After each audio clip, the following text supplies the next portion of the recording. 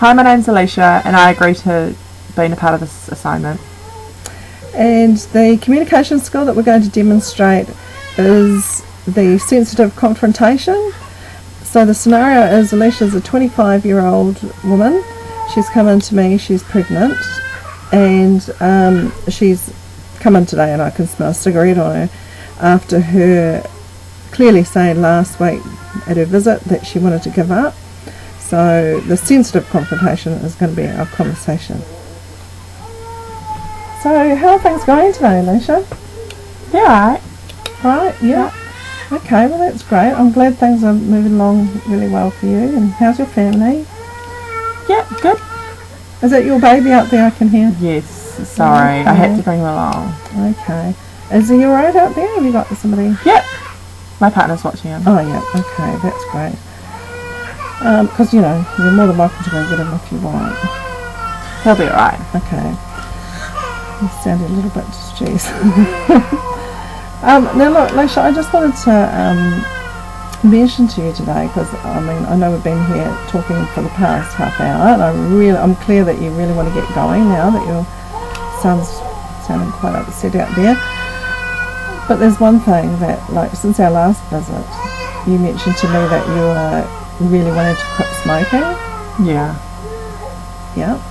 It's hasn't been very easy with a young baby and the stress levels, and I just find it's my only time I get to have for myself is to go and have a cigarette.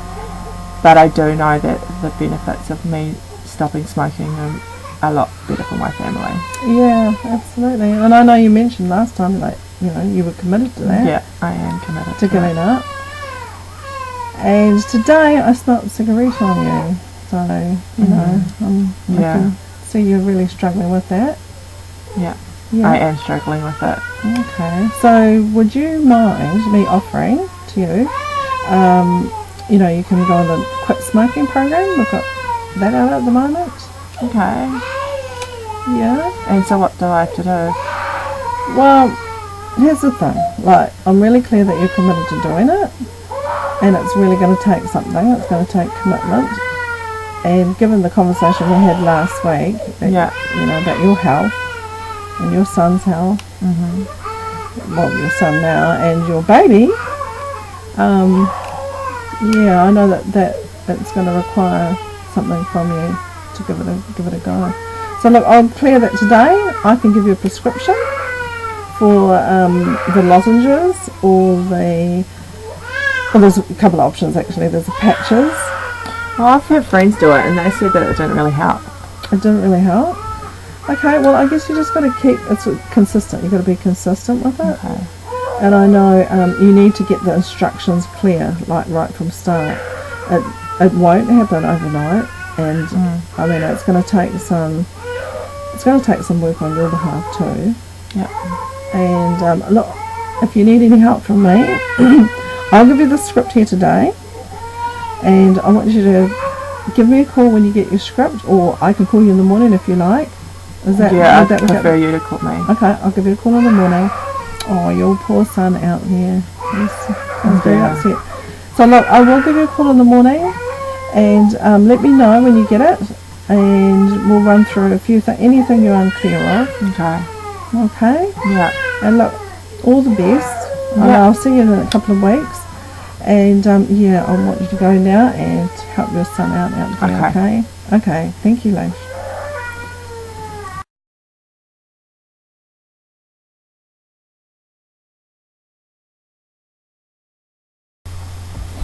Hi, my name's Tangiwai and I consent to being a part of this assignment. Now the skills that we're going to demonstrate are being supportive and being informative. Our scenario is that Tangiwai is a 16-year-old teenage girl, and she's found out she's pregnant and she's single. She's scared and she's come to me for some help. So we'll start with that now. So hi Tangiwai, how are you today? Well, not good actually.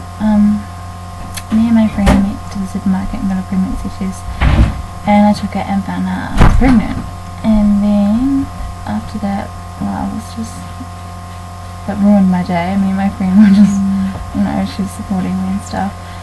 And then I was thinking about it and how it's going to affect my life, and with school, like how am I going to finish school, and how am I even going to tell my parents, and like I actually don't know who the father is either, so there's like so much going on for me, and I'm just so scared as to know what to do. A little bit overwhelming, huh? Yeah, definitely. Well, look, I just want to acknowledge you that you had the courage to call me, and I want to thank you for that. And I hope that today I can help you in some way. So, you found out you're pregnant? Yeah. Yeah, you did the test? Yeah.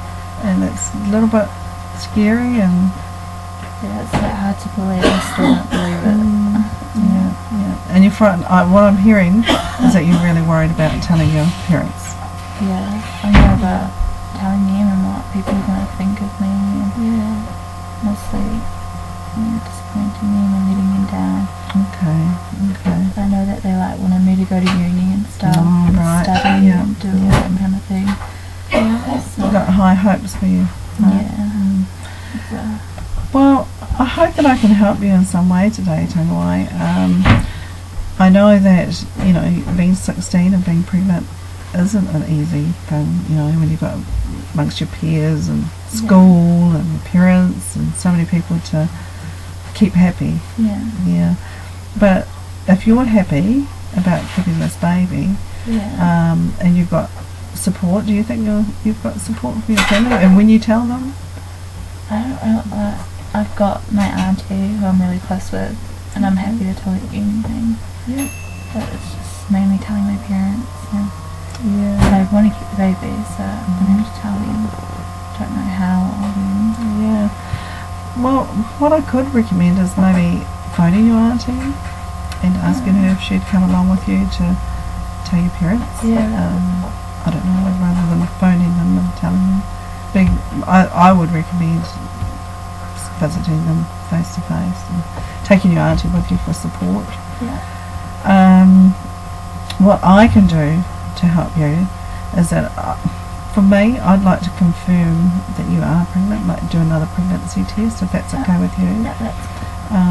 Because I know there's, you know, the supermarket pregnancy tests aren't always reliable, and don't want to go getting kind of ahead of ourselves before we go telling your parents and that. And the other thing, like I hear that you're worried that your parents would be worried about your education. That's a big biggie for you, eh? It's like when the baby comes, like I don't know how I'm going to keep going to school and who's going to look after the baby. I want to keep studying and go to uni. Oh, so you want to keep... Okay. Oh, well, look, I know that in town, locally, we've got a teenage school for mums. I can't think of the name of it off the top of my head, but there's a lot of teenage mums who they go as soon as they find out they're pregnant, actually, because they don't want to, you know, start school. Sounds good. And you can go through, I think you do NCA level 1, level 2 and 3 through there, and like after you've had the baby, like you'll do the NCA level 1. What level are you now? Level 2. Level 2. Okay, so you'll be able to go along to school now. We can enrol you there now, and then you'll be able to go along, complete your NCA level 2, and then after you've had the baby, just remember there's a baby, you'll be able to carry on there. They've got a daycare to provide. They provide daycare for your baby children, up to 5 actually. I think they have a daycare. And I just really think that's a really great option for you, you know, given that you're wanting to further your education. I just don't like to see young girls being stopped by just being pregnant. And I mean, I know some girls take the option of having an abortion or adoption, but I really hear from you that you're clear you want to keep this baby. I do want to keep the baby, and from what you've told me, I think I want to go down that path. And and with good support, you know, it's all possible. And I think you don't need to stop yourself in your education. So Yeah, so maybe what we can do is I'll make an appointment now. Maybe if we meet with the principal of the teenage school, well, we'll do the test first to make the confirmation, and then having done that, then we'll make an appointment with the principal and find out what the pathway is. And I'd really love to meet your auntie, if that's possible. I can bring her into one of my visits, and I'm sure she'd be happy to come. So. Cool. Oh, that's excellent, because I think it's really important that you have the right supports set in place, and I'm happy to be a midwife. Thank you. Should it be positive? Okay, thank you. Thank you for coming in today.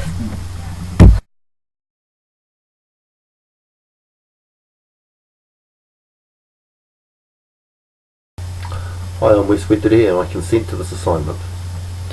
The skills that we're going to demonstrate here are the cathartic and catalytic skills, and the scenario is that Wes here is my 16-year-old client's father, and he's come in for, not for an interview, but just to meet with myself, the midwife, with Tangiwai's mother.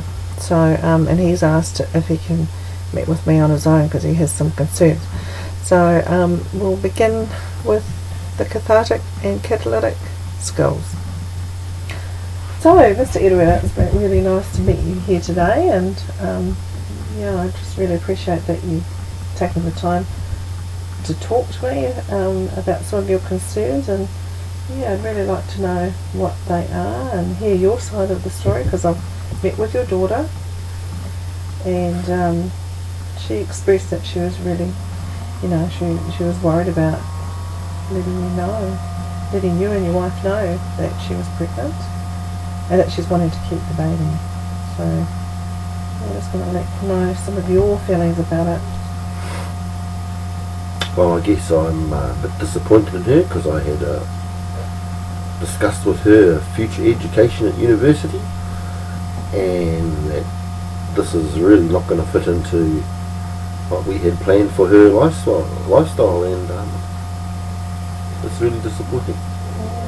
So I hear that you're really disappointed, and I know that was one of Tangiwai's concerns, and she mentioned that education was a high priority for you and your wife for Tangiwai, and her and I came up with some options for her there around completing her education.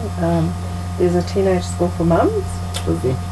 Yeah, and she's going to be able to go there and complete her NCA level 2 and 3 if she chooses to. Now, as she's pregnant, and even after she has a baby. So, for me, I suppose I can hear your disappointment, and your wife's as well. So I just wanted to let you know that there are options out there for her. And how do you feel about that? Oh, we haven't discussed those as yet, and I wasn't really looking along those sort of roads. But I guess it's something we could consider once we cool down a bit.